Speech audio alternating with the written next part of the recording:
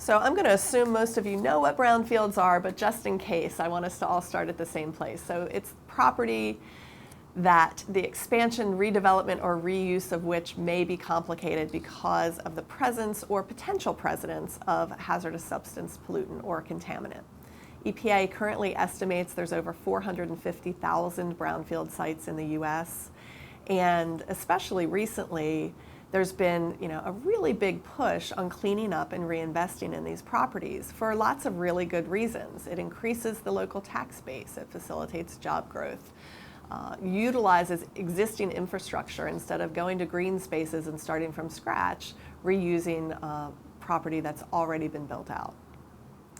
It takes development pressures off of that undeveloped green space, open land, and of course it improves and protects the environment.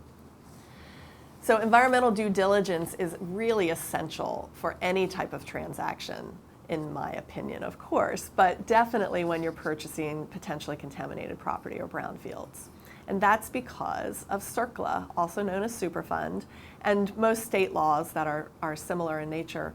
Because an owner or operator, which can include a lessee, a tenant, can be held liable for historical contamination, and that liability is strict, joint, and several. It's retroactive, and it's usually expensive. And retroactivity really means that.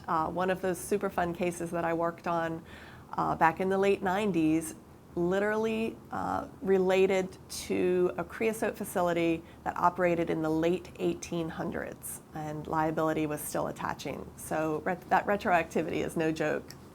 And it doesn't just relate to sites that are on the national priorities list under CERCLA. It can also relate to private citizen claims.